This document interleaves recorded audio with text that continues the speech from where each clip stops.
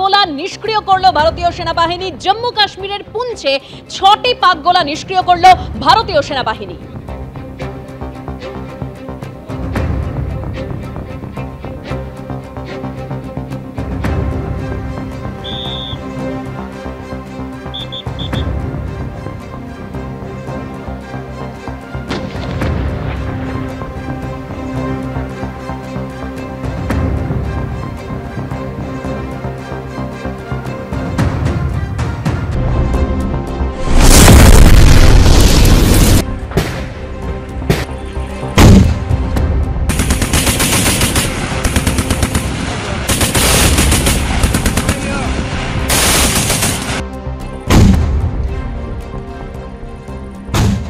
এই মুহূর্তে আমাদের সঙ্গে টেলিফোনে রয়েছেন প্রতিনিধি সন্দীপ সরকার। সন্দীপ, এর আগে অপারেশন সিঁদুরের পর 7ই মে পর আমরা দেখেছিলাম মক ড্রিল, আর এবার হতে চলেছে অপারেশন শিল্ড।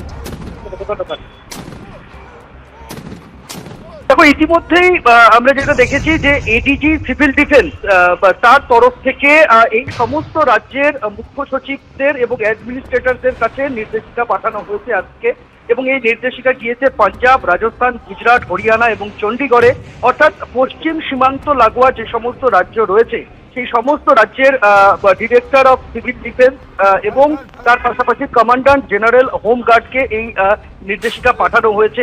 আগামীকাল বিকেল বেলা সেকেন্ড এক্সারসাইজ করা হবে অপারেশন শিল্ডের, সেই মর্মে নির্দেশিকা গিয়েছে।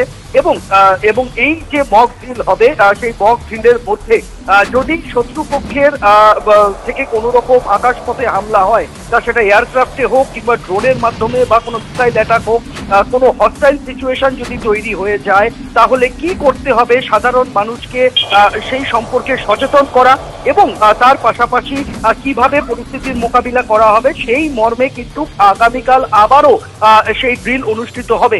আমরা দেখেছি যে অপারেশন সিঁদুরের ঠিক আগেই এ ধরনের উদ্যোগ নেওয়া হয়েছিল সারা দেশ জুড়ে। এবার কিন্তু শুধুমাত্র পশ্চিম সীমান্ত লাগোয়া অর্থাৎ ভারত পাকিস্তান সীমান্ত এবং নিয়ন্ত্রণ রেখা লাগোয়া যে সমস্ত রাজ্য এবং কেন্দ্রশাসিত অঞ্চল রয়েছে সেখানে এই মক ড্রিল বা অপারেশন শিল্ডের নির্দেশিকা বেরোলো ভারত সরকারের তরফে। ধন্যবাদ সন্দীপ। ভারতীয়দের জন্য আমেরিকায় পড়তে যাওয়া এবার আরো কঠিন। ভারতীয় পড়ুয়াদের জন্য ভিসা দেওয়ায় কড়াকড়ি করলো এবার ট্রাম্প প্রশাসন। আপাতত স্টুডেন্ট ভিসার ইন্টারভিউ স্থগিত করলো আমেরিকা। ভিসা ইন্টারভিউ এর আগে পড়ুয়াদের সোশ্যাল মিডিয়া অ্যাকাউন্ট খতিয়ে দেখবে ট্রাম্প প্রশাসন।